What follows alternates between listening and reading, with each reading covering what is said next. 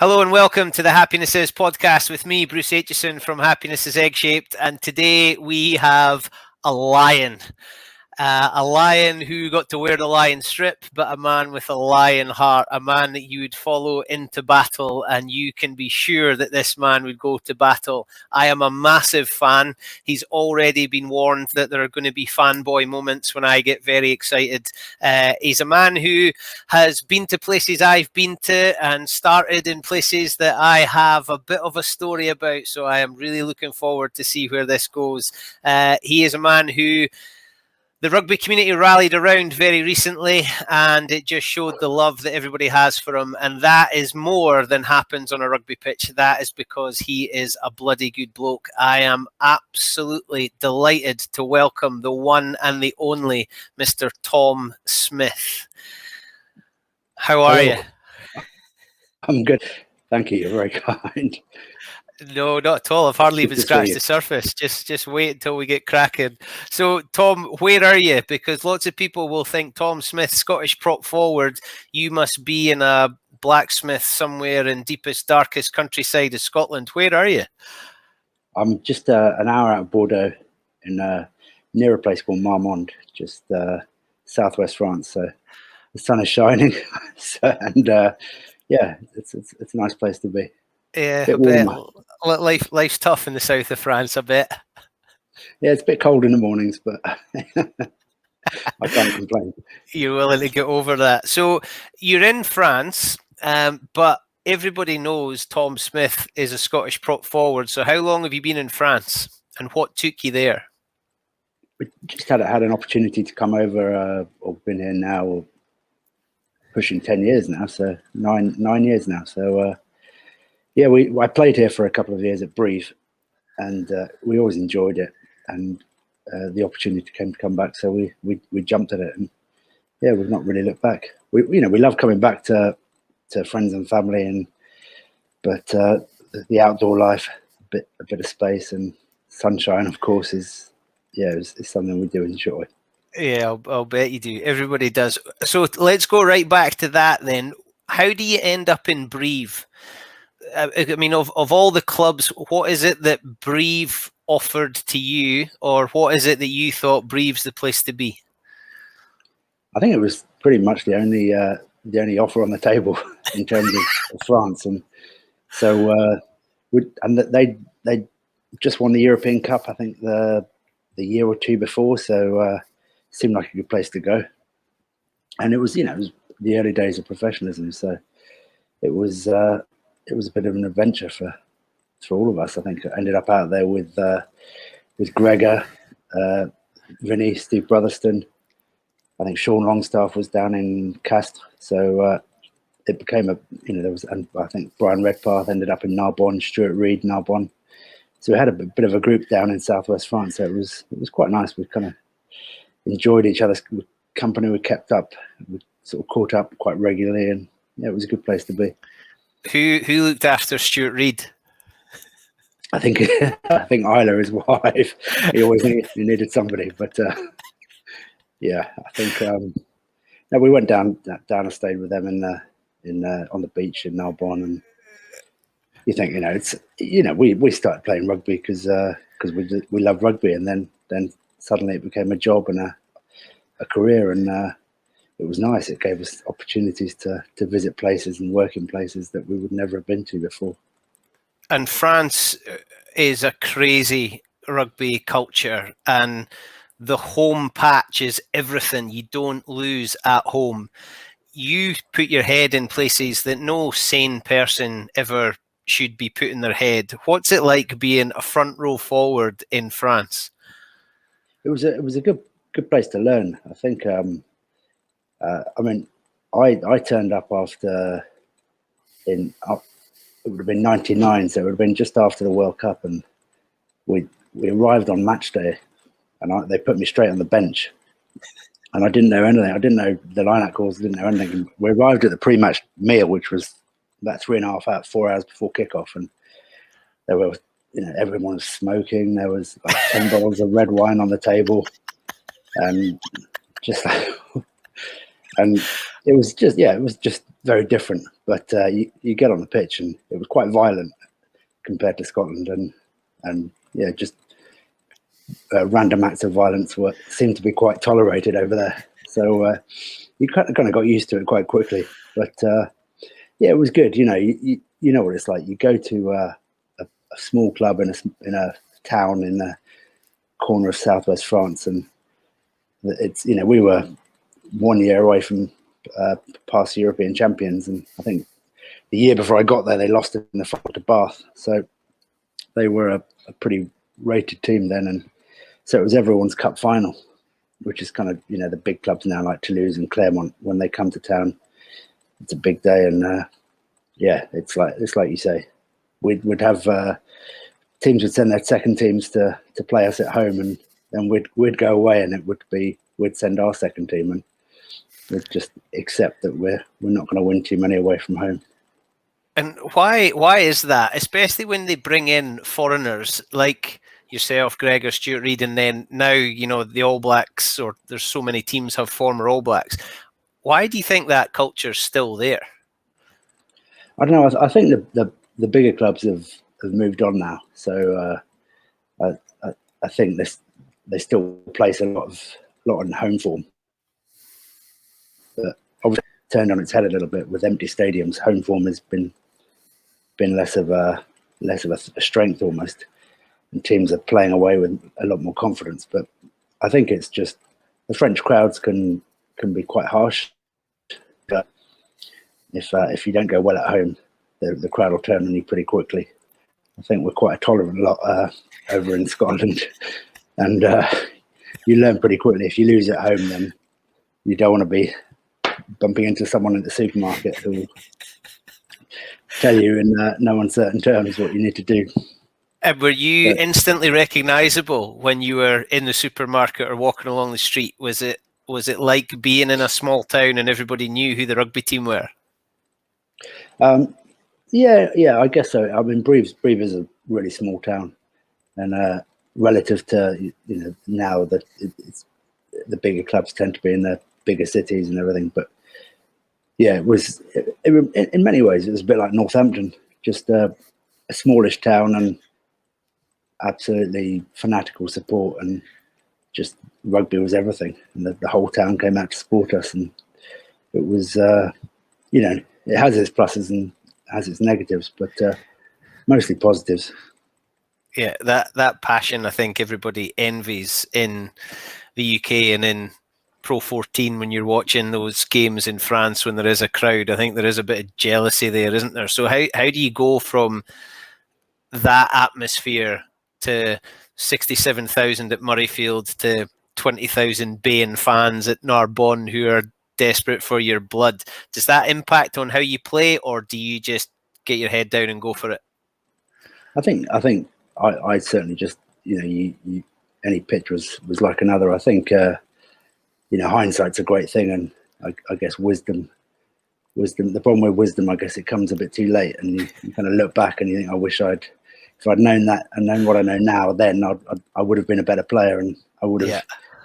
But yeah, you just get on with it, don't you? I think the training was different in France. We did no contact at all the whole week, except Wednesday night we played for about an hour and a half, and there were just pitch battles. It was like A's against B's, and it was just a big fight, and that was our.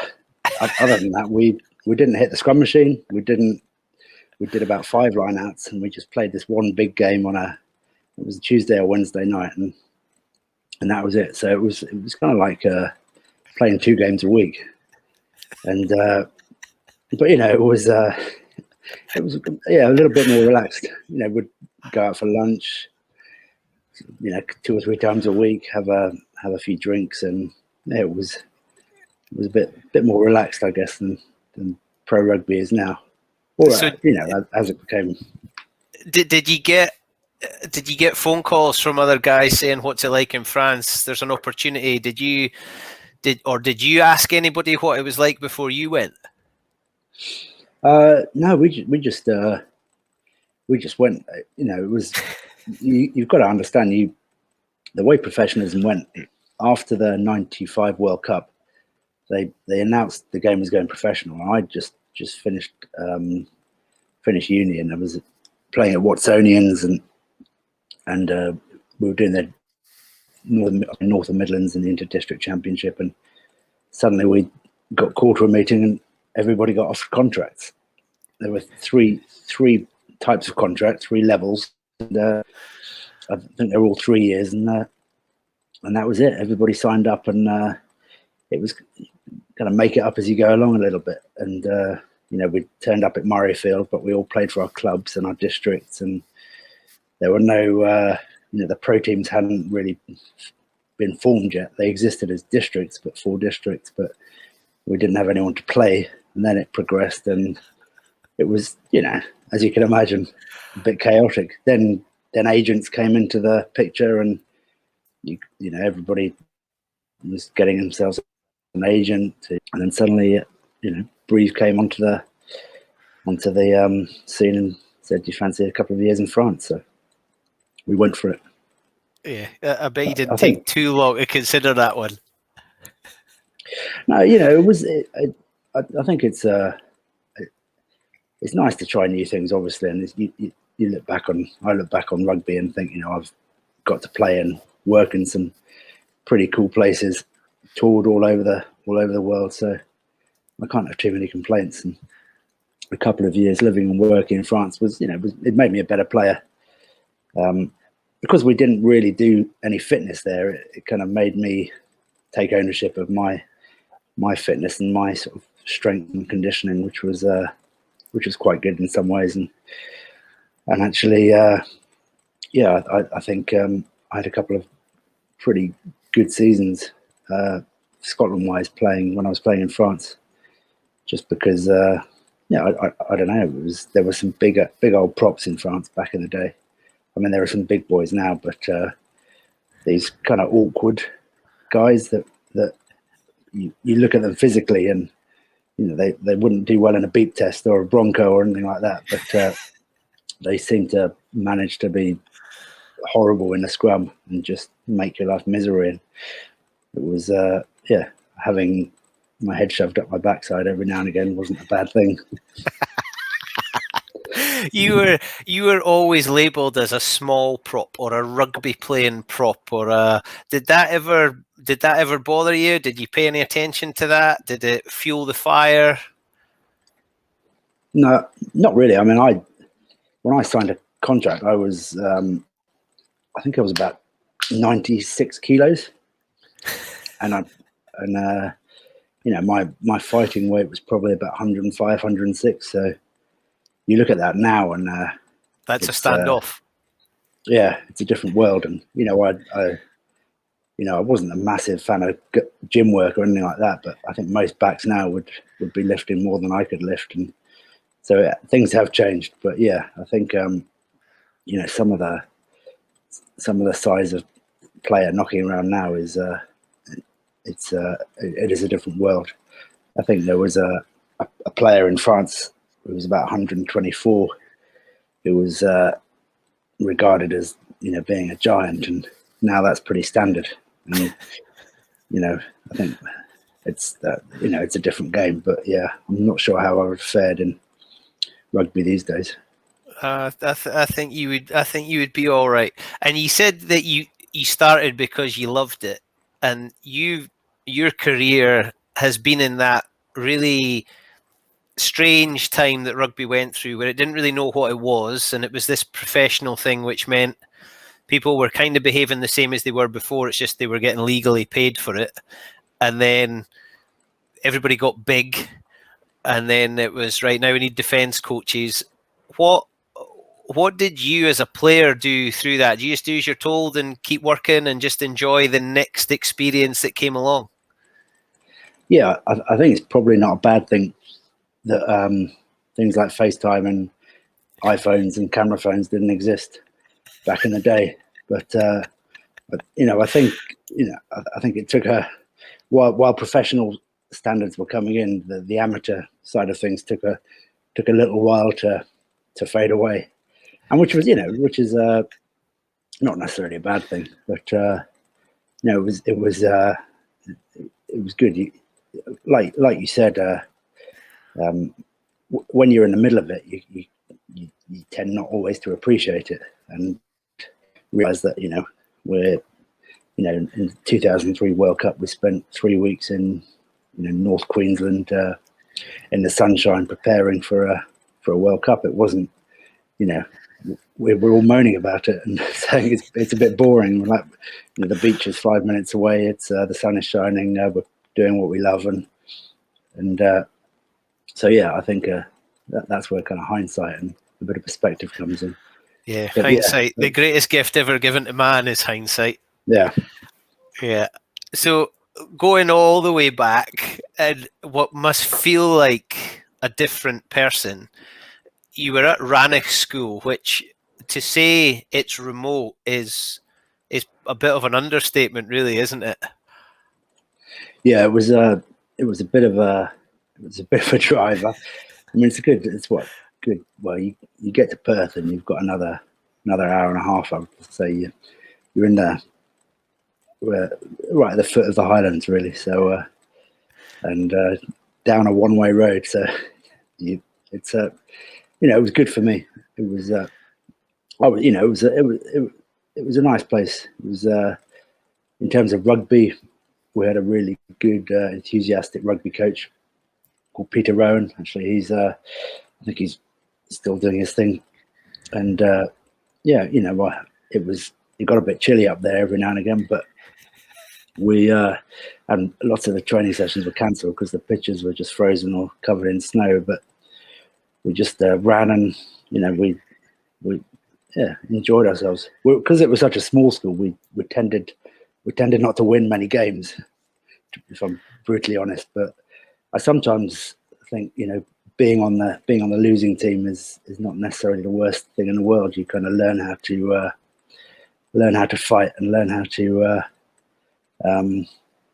improve against better opponents. So I think it was good for me. It suited me. You must have loved it though, to keep going with it. Something must have fueled the fire at Rannoch, because if you were in a small school mostly getting beat, now a lot of people would throw in the towel.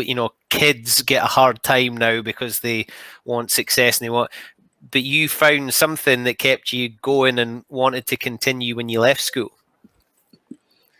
Yeah, I think I guess that's partly the environment, the coaching, the school, and that rubs off onto you. I started at uni in Dundee and went to joined Dundee High School, and you don't really know what to expect. I think that's where a lot of players drop off. I guess you finish school, you can be the captain of your first 15, and then you go to a club and you're back down at the bottom of the food chain, and you've got to try and work your way back up. And I did my time at Dundee High School, I spent a few years in the seconds, but it didn't do me any harm. It was a great club for me. Yeah, Dundee is a great club. Club. I used to coach at Dundee, so I know the place very well. And there was always an influx of students. We had a group of cracking Irish players who were there doing medicine and dentistry, and brought just a brilliant, added a bit more to the culture of the place. But you learnt from an absolute master there, didn't you?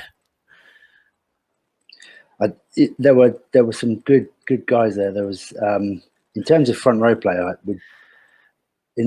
these are the days where you do every Tuesday night. You do about an hour of live scrum training, and there was a prop there called Danny Errington, who horrible, may rest in peace. And but he was it was horrible. I'd have a big scab on the back of my neck, and he turned me inside out every session, and just week by week, I kind of learned to just get better at handling it. And it was old school. He wasn't putting his arm over my shoulder and saying, "This is what you should be doing." He was just drilling me week after week. So it's the best way to learn.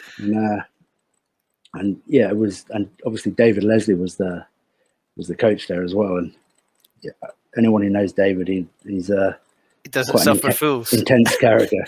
I remember we played a game at. And I hadn't been in the first team very often at all, and I've been there for 3 years, I think, by then. And we were playing at Stumel, and anyone who's played at Stumel, there's changing rooms dotted along underneath the stands, these tiny little shoeboxes, and I was looking for the toilet, so I went round the corner to go to the next door and change room, and David had one of our back rowers pinned up against the wall, and just giving me a few words of wisdom pre-kickoff. So I was out of there quickly, but it was it was good. It was a good club. Good, it was a bit like the North and Midlands. The whole area had a pretty good vibe to it, and we I think Dundee formed the spine of the North and Midlands team, and you bring in guys like McIver and Rob Wainwright, the Sterling boys, Stuart Hamilton, all these guys, and I was a young lad at the time, and you're looking around to these men to show you how to behave, show you how to play, and it was good. Yeah, it certainly helped me. Do you think that's missing now, that players don't get to experience club rugby? You were a prop forward who spent a lot of time in the twos, yet we've got young pros who are going straight from school into professional academies and not being turned inside out by Danny Harrington every Tuesday night for an hour. Yeah, I think that there's something to be said for it. I know it. If I'd been coming through the system now, you go into an academy that they stick you on if you're a prop, they'll check your weight, and they'll say you need to put on 10 kilos, 15 kilos, 20 kilos, whatever, and you may not touch a ball for 6 months or a year, and you just get big. And I think there's a place for it. I don't know how you make a place for it, but it's the same all over. It's tricky because the reality is a 96, 97 kilo prop is going to struggle in pro rugby, and it's getting the whole package of the technique and enough bulk to survive. And I don't really have an answer, but I think it would be great if some of our old pros could go back into the club game and we could keep that link. But it's difficult when you've played 10 years of pro rugby. It's difficult to walk down the stairs on a Sunday morning, never mind go training. So I think Scottish club rugby seems to be alive and well. I think the gap between club rugby and full pro rugby has got bigger and bigger, but that's not anyone's fault. That's the nature of the game.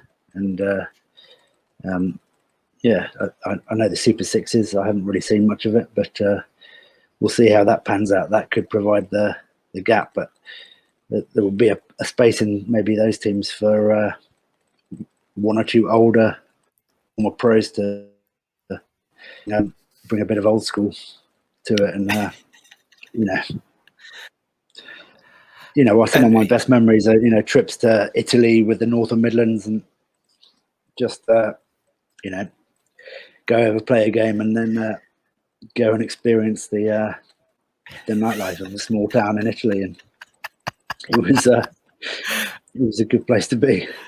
So you spoke about the whole player there. So there's the technique and there's what happens on the field, but you're not playing for more than you are playing. So in those formative years, shall we say, with Danny on a Tuesday night, but you were also a student in Dundee, involved in club rugby. Now, being a student, you've already mentioned, quite often is when it tails off. I've got other priorities. What kept you going back? Was it that you thought, if I keep going, I'll be able to play for Scotland and be a British Lion? Or was it just, what was it? What was it that kept you going to rugby? I don't know. I used to go, Dundee. I lived on the Perth Road, and there was quite a steep hill down to the river, down to the railway line outside my flat. It was about 200 meters, and I'd do sprints up there a couple of times a week, like 15 or 20, and quite brutal, quite hard work. And I wasn't.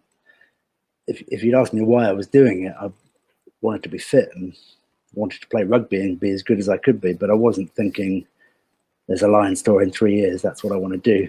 Or I was just I enjoyed rugby. I wanted to be better at it, and then suddenly an opportunity comes along, and I got invited to a couple of Scotland sessions, and just back in the day, you'd get a call on a Tuesday and you'd go along on a Wednesday night, and you'd just be cannon fodder for the Scotland team before the match, and you'd do live scrummaging and things like that. And the first time I went, do you remember there was a second row called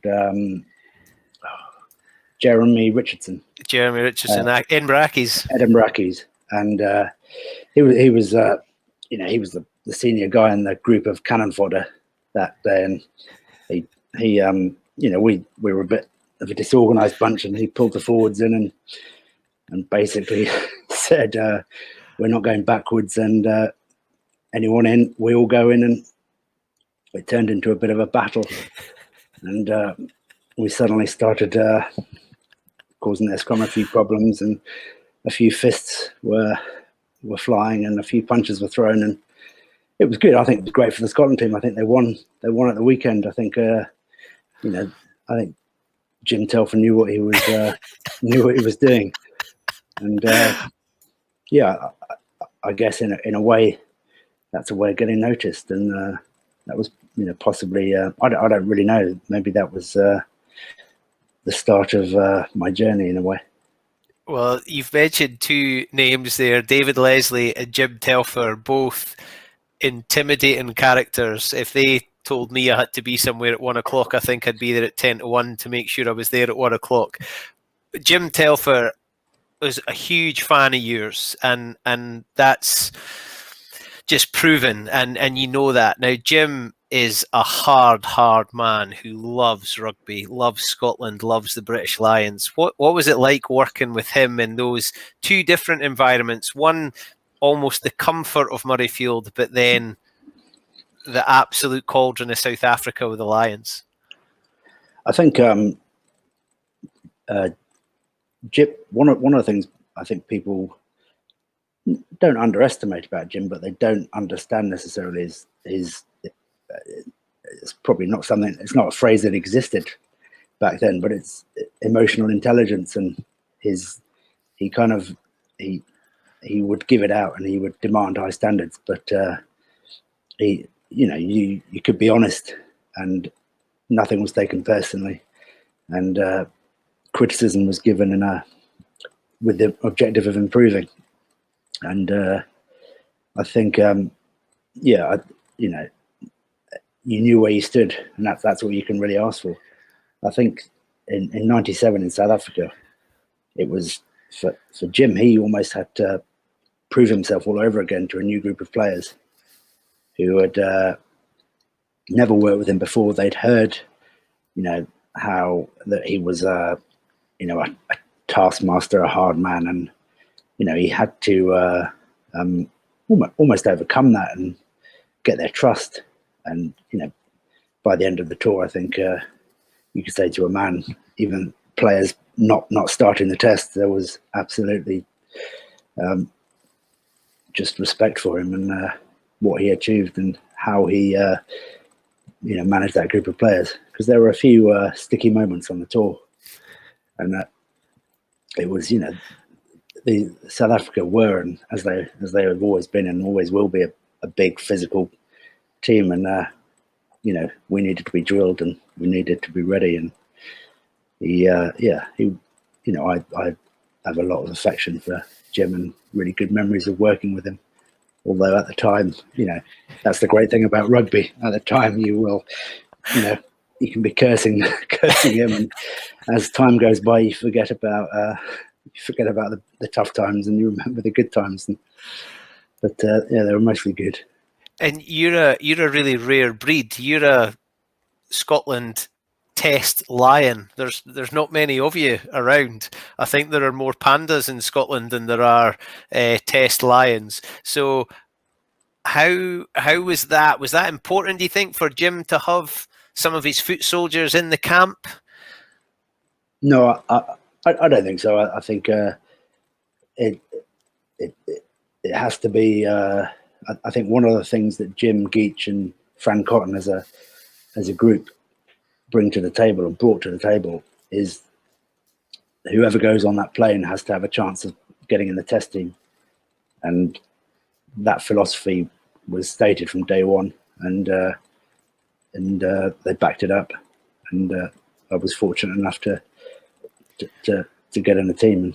And sometimes on a trip like that, it is you can be in the right place at the right time, and there are a couple of games that I was probably lucky not to be involved in, and then suddenly momentum gets behind you, and people start talking about you as a test player, and then off you go. But it was a great trip, and it was on the social side and everything. It was kind of almost like marked the end of amateur rugby in a way. There were lots of mixing and socialising with supporters, and South Africa's a pretty good place to go and play rugby, and hopefully this summer it will be the same. I'm hopeful this time we'll get one or two Lions from the Scotland team. I certainly hope so. Yeah. And how did you find out? Because I love these stories of how did you find out you'd got into the Lions squad? I think I got a call from a journalist. I was completely unaware of the announcement or anything. Nowadays it's on Sky News and it's a big thing. And back in the day, you'd get a letter through the post, and that was it. It was okay, fairly quiet. There wasn't this social media thing that if you weren't watching TV, that was it. You didn't know. I didn't know what a mobile phone was back then, so it was just if I happened to be at home and the phone rang, I'd answer it. So it was, it's difficult to explain. I didn't start. That was my first season playing for Scotland, and I started the first game. I was on the bench, and I had no awareness that this tour was going on. I was the selection just kind of just happened that way. And later, talking to Jim, he mentioned he'd seen me at the Melrose Sevens a couple of years before, and said that was one of the moments where I'd come into his consciousness in a way, and that was maybe again right place at the right time. You're an absolute fraud, Tom Smith. You're an absolute fraud. You're doing 2 sprint sessions up and down a hill a week when you're an amateur rugby player. You're playing sevens at Melrose, and not just playing sevens. You're supposed to be a prop. You're supposed to be a pie in a pint kind of guy. What were you doing playing sevens at Melrose? Well, the great thing about I think the seven circuit in Scotland is just a great way to spend a month or so.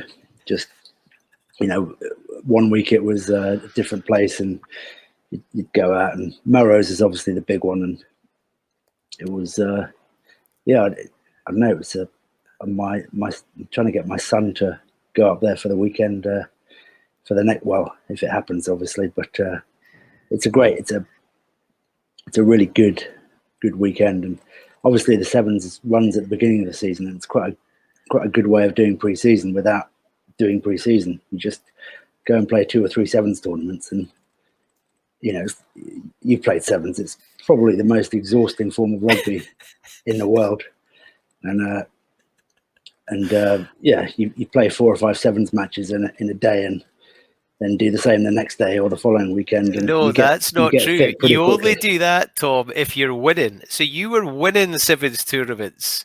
You weren't just if you're rubbish, it's one game in home. You were playing in a very strong seven.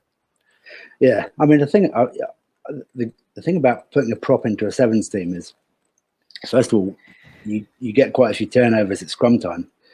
So and I had to throw in a line out, which put an end to any thought, because there was talk of me becoming a hooker, and that quickly ended that conversation. But yeah, no, you'd come up. I remember we played I think it was a South African team at Melrose, and there was I think it was a 10 or a centre. He was in the front row opposite me, and there's always 5 or 6 scrums in a sevens match, and you can, as I learned from Danny Harrington, you can make somebody quite uncomfortable in a scrum if they don't know what they're doing. And yeah,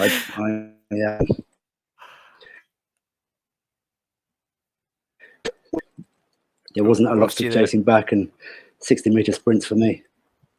Yeah, I love it, and Can you hear me now? Yeah, we got you now. That was an impressive squad of boys though, who went on to do, or were already doing well, and then continued. Who else was in your Watsonian sevens squad? Well, we had obviously Scott Hastings, John Kerr, Gordon Hanna, Kokori Boy, Paul Rayburn, let me think, Duncan Hodgie played. Let me think. You have McKelvey up front as well. I think McKelvey and Gordon McCreld were on the bench. I'm not sure if they. And I think it's a guy called Neil Hanna. I think it's scrum half. I think I'm running out of names now. It was an impressive. Cammy Mather. Oh yeah, don't forget Cammy. He'll crucify you for that. That's an impressive name list. And Jim Telfer's obviously from Melrose, was there and saw you perform, and I've heard him tell that story. So you then get to go with the Lions, and talking of rare breed, but also Geach and Jim Telfer as the coaches. You've got Gregor and Rob Wainwright and Doddy, and things were looking pretty good. How did the Scottish boys respond to what happened to Doddy? I think they were the same as everybody. It was in the game. I didn't see it happen in the game, so we came off, and there was something obviously brewing, and I think the president of Mpumalanga, the team we played, in the press conference tried to defend his actions. So there was a lot of anger, and it took a while. Like I said, these things would be all over social media very quickly nowadays. We didn't get to see actually what had happened until a day or so later. But we knew something pretty awful had happened, and pretty horrific. But it was just a huge disappointment. I think to get that far, and I think he was certainly in the frame for a test spot. The way he was playing, in fact, to have it ended in that way was just a shame. Who on that tour did you meet? I won't go for the dirt, so I'm not going to ask you to dish dirt on anybody. Who did you go on that tour and you didn't know, or you had already had an idea of them and it changed positively? Or who did you go on that tour with and you became mates with and you didn't see it coming? I think the nice thing about Lions Tour, I think I've said this before, is you make Geach said it in the first test in the pre-match chat the night before. You'll make friends for life. You may not see each other for a few years, but you'll kind of have that connection, and from time to time you'll bump into each other at a dinner or some sort of charity event or anything. And I made just lots of friendships like that in a way. I may surprise you to hear this, but I keep myself to myself, and just sort of quietly try to get on with things. So, but you know, I'm still in contact with quite a lot of guys from that trip, and you know, I'm fortunate to have done it. So, yeah, naming names, I don't know. I think it was a very united, sociable tour, and a lot of good people. Yeah, it's a lot of people's moment. You know, the Living with the Lions DVD, and now it's on whatever streaming site. It's watched a lot because it was the first really of its kind. But everybody watched it and thought, that looks like a whole heap of fun. They're having a drink, they're arsing about. John Bentley's doing that. They're doing the court session. It's almost a different world for a lot of pros now, and a lot of professionals now are desperate to go and play for the Barbarians because that's where they kind of maybe see that as an outlet. What was the difference between 97 and 2001? I think obviously the game was 4 years longer into professionalism. I think the philosophy was slightly different, and this is not necessarily a criticism of the coaching or the management. I don't think they were as tight as Jim, Fran, and Geach. I think it's difficult to match that level of trust and self-awareness that they had. But I think also the one thing you can't do on a Lions tour, and I think it's a mistake that's been made again since then, is pick your team before you get out there. Have an idea of your test team. I think it's you have to go with a very open mind. I think one of the really important things about 97 was you'd get up after a game on a Saturday or a Tuesday or Wednesday, and you'd train the next morning with the team playing the next day, and you'd hold bags, and your body was hurting, but in 2001 we almost became two separate sides in a way, just a weekend team and a midweek team, and there was movement between the two teams, but there was unity and cohesion amongst the players, but it felt different, and that we're forgetting that it was the finest of fine margins that cost us the win on that trip. In the second test, we were well up at half time, and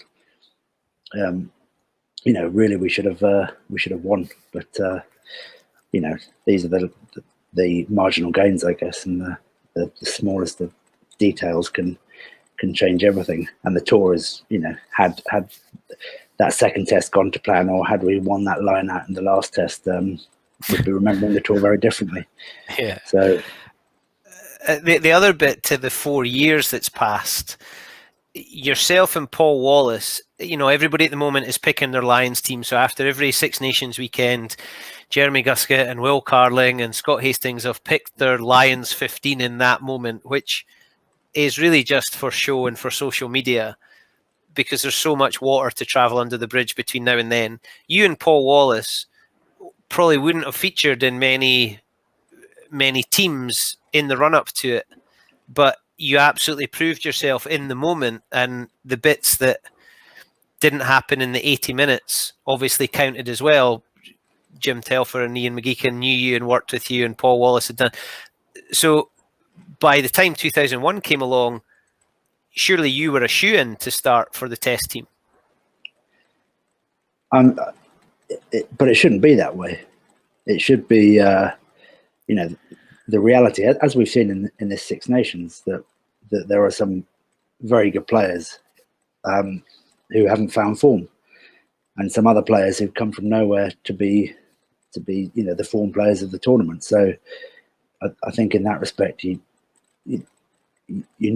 obviously good players will always be good players, but you want your good players to be on form. So there has to be that open-mindedness in selection. And that's where you look at what is a fairly young Scotland team, and you think there's several players in that group that you think if they got into the Lions environment, they got the chance to improve, they would improve very quickly. And it's just getting on that flight, fit, and getting the opportunity. And is that what happened to you in '97? Did you get better because you were in that environment? Yeah, I think so, without a shadow of doubt. And I think anyone who's done a tour of that length, so we're talking 7-8 weeks, and you play that often and train that often, you just get that match hardness and that fitness, and you reach a new level. And I think as a relatively young player, suddenly being thrown in the mix and surrounded by these players that I'd been watching for the last few years on TV and on the Lions tour before, and you have to step up, and if you don't step up, it's a tough place to be. What was the come down like? You've just beaten South Africa in South Africa. When you got home and started to train and play again, was there a bit of a this is not the Lions? Do you know what? I didn't. I got back from the tour, and I didn't play for the most of the next season. I had a problem with my it seemed to be a problem with my pelvis. It turned out to be a hernia, and it just took a while to sort out. So I mean, you've got to remember, these are back in the days with they had these hydraulic scrum machines. They used to have one on the wall at Murrayfield, and it had, instead of just like a normal floor, they had these rubber coated metal bars. So it was pretty much 100% grip, and you're packed down against this machine. You'd push it in, and then it would push back at you. And more often than not, it would be someone, Jim or Richard Dixon, and they'd just pull down this lever, and the machine would just squeeze you back slowly. And you've got second rows and everyone squeezing up one way, and the machine pushing you back. And this machine is not going to lose. And we had the same sort of machine in South Africa. So before each scrum session, we drilled down these spikes into the ground. They went about a foot into the ground, and so the machine was, it wasn't really going to move very much. And again, it had the same hydraulics, so you'd push in and then it would push back. And I think a few of us suffered a few issues after the trip, but I think not long after that, the machine got taken off the wall at Murrayfield, and it's probably in a dusty cupboard somewhere at Murrayfield. Yeah, I still can't understand why you'd want to do that. But when you stuck your head in a scrum against South Africa, and Jim had up the headlines and told everybody what they were going to do to the scrum, and he almost took it personally, as Jim did often with those kind of things. I mean, by rights, you guys shouldn't have done what you did to a South African scrum, but was that where you drawn all that education from Danny and Clubland and what you'd done, and you knew that if he does that, I'm going to twist him here, or I'm going to just get into him there, or I'm going to tickle him here? I think the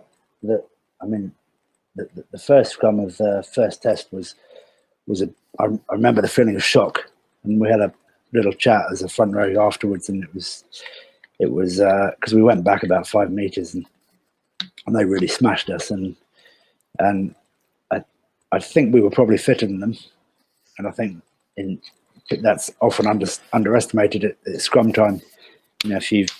If you're too tired to scrum, then you can't scrum. So, but no, technically, we didn't do that much analysis of our opposition back in those days. It was more concentrated on ourselves and what we were going to do, and hence the 100 scrum sessions at the back of Loftus Versveld, and just again getting that tightness and that buy-in from everybody, that actually this was not going to be a weakness because just because they say it's going to be a weakness.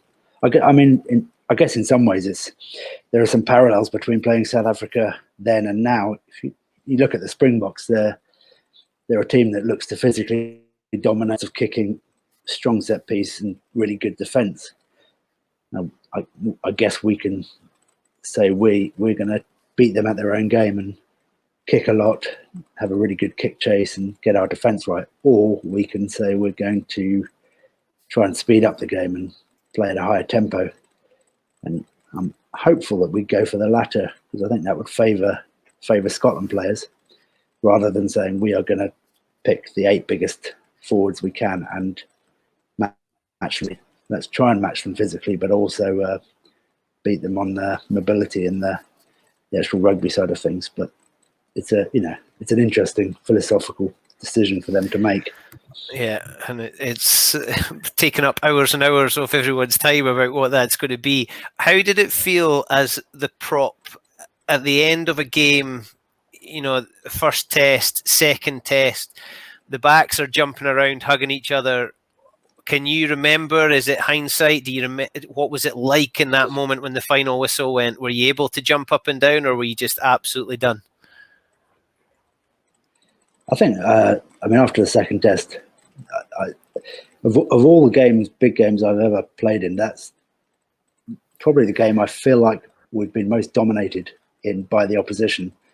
We're chasing shadows for a lot of the game, just defending, and just hanging on in there. So I think everyone was pretty tired. But I think, a lot of things in sport, and I guess in life, take a little while to sink in. And I think it's retrospectively, you kind of look back, and I think after that second test, a lot of the players got a bit of a sickness bug. There was we had a tough weekend up in it was back at where was it? Near Mpumalanga in a hotel in the middle of nowhere, and it was where the All Blacks stayed before the '95 World Cup final. Actually, so it's got previous. It had previous, and everybody got a bit. I think just the emotion and the physical exertion took its toll, and we were running on empty in that last test. But I think that's something Geach and Jim had talked about, that if you want to win in South Africa, you need to win the first 2. Otherwise, winning 3 is going to be tough. And I think they're right. And I think that probably goes for this next trip as well. When you look back, and you mentioned being in North Queensland and complaining about things, and then now that you look back, you think how ungrateful maybe I felt. When you were in those moments in South Africa, and apologies for harping on this, but this is one of my favourites, and I wish I'd been there and all those kind of things, but I've watched that documentary 150,000 times and I'll watch it again. Were you able to enjoy it? Did you we see the speeches and we get built up and ready to go out and battle, and we're just sitting on our couch, but were you able to sense the enormity of what you were doing and how long lasting that was going to be? I think before the trip, I was definitely aware of the questions were being asked about whether the Lions had a place in pro rugby, and where that place was and how it would work and how important the tour was. But I think, in the moment, I remember just the absolute terror, sitting on the bus going to the first test, just thinking to myself, what am I doing here? Why am I here? Why am I doing this to myself? It was. I think it's something most rugby players can relate to, in terms of that fear of failure before a game, and then the whistle goes, and it all disappears. But I had a little routine before. I'd walk around the pitch and had a little warm up routine before we started the games. But I think I was consumed in some ways in that moment by the enormity of what failure would mean for me personally, and the pressure to perform. So I guess it's looking back now that you enjoy it in a way. At the time, it was just you don't cock it up. And, I think Let's just keep it And I simple. think it Don't was, fuck it up. yeah. And I would say it would be the same running out for the Northern Midlands in 1995 in a game against Edinburgh. It would be any game was the same. And I think if you don't have that, then you need to find it in a way that, and maybe with hindsight, I would maybe learn to challenge it into more positive things. But I guess that's what made me tick. So when you started, the idea of being a professional rugby player wasn't really a thing, and then rugby finishes and you become a coach. When did you decide you were going to become a coach? Was that very early on, or was it something just having learned a lot you decided, right, now it's time to implement this? Yeah, I think at the end of a playing career, it's pretty blunt cut off. You have to make a decision on what you want to do. I think in an ideal world, I would have gone to maybe started a bit further down the chain and learned the trade a bit more. I think, but it's it's difficult. The reality of life sets in. You've stopped playing rugby. You've got bills to pay. You've got an opportunity on the table. So you take it and you learn on the job. But I think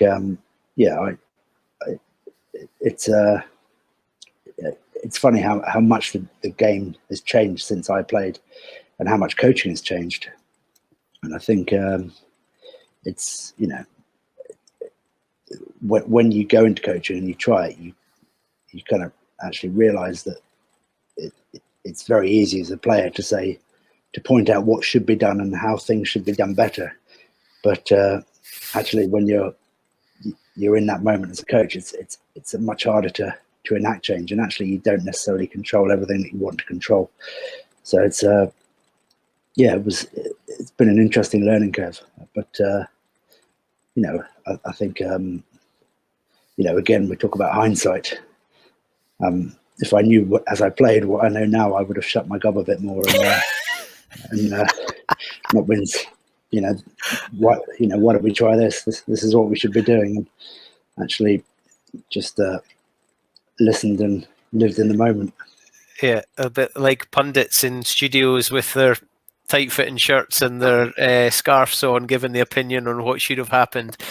One of the bits I love about Gregor is his experience as a player and how that shaped him as a person. So he played in the amateur game, he went to Australia, he played in France, he played in England, he played sevens, he became a pro, he been to South Africa. His playing experience is unique. There are very few who can touch all the things that he managed to. You're not far off that. Your experiences are really broad, and it appears to me that you took chances when they came and then made the best of them. It'd be very difficult to plot your course through your playing career. Were you very open to opportunities? Would you have jumped at the chance to have gone and played in Super Rugby, or now would you have jumped at the chance to go and play in America? Yeah, I think like you said, just being I think I was a married man at the time, so it was a decision for both of us. And then kids come onto the scene, but you do think how lucky are we? We have an opportunity to go and play in France for 2 years and in the southwest and just do something completely new. And there were times it was just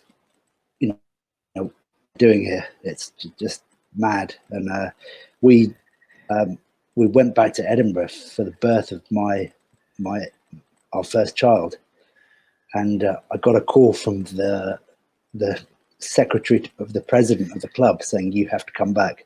We have a game on Saturday." And we were in the hospital. My wife's waters had broken, and they were saying, "You've got to come back," and I was saying, "I'm not coming back." And fortunately, the coach called me afterwards and said, "Don't worry about it. You don't have to come back." But this is just, these are, I was, it was crikey, what was it? It was about 4 a.m. I was in Brive. Zoe, my wife, was back in Edinburgh, and she called me, and I missed the first 2 calls, and then I finally answered it, and she said, "It's happening, it's happening." So I got in the car, phoned Brive Airport, and asked them to hold the plane, which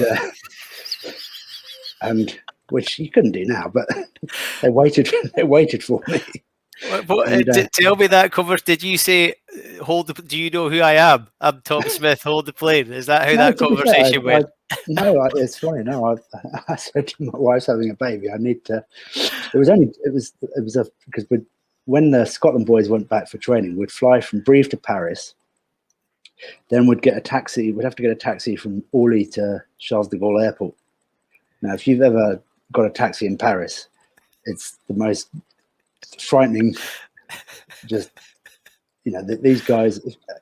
I mean, statistically, the chances of us surviving 10 taxi trips across Paris were quite low. But we did this, 10 times a season, and we had 3 of us in the taxi, just closing our eyes as this guy's driving, cigarette in one hand and just whizzing through traffic at 150 kilometers an hour on the French equivalent of the M25.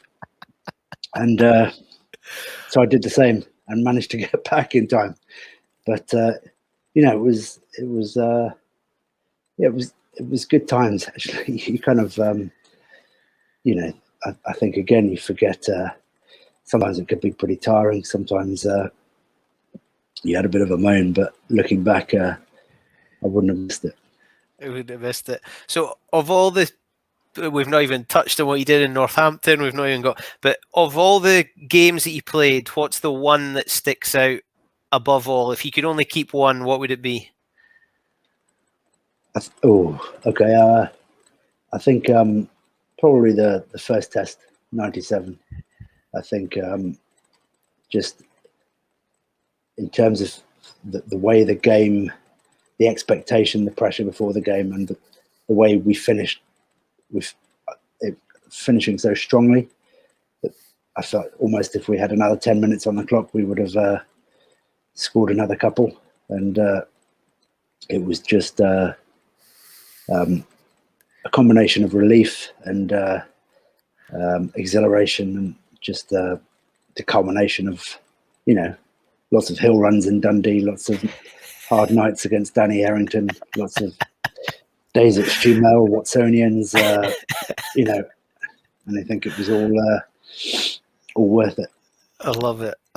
And of the players you've played with and against the best. And if we were picking an all-time Scotland 15, there would be a great debate about who gets to wear number 1, but your name would be in there, if not a shoe-in. Who's the player that you've played alongside or played against and thought, this guy's another level? That's I mean, the obvious one would be Jonah Lomu.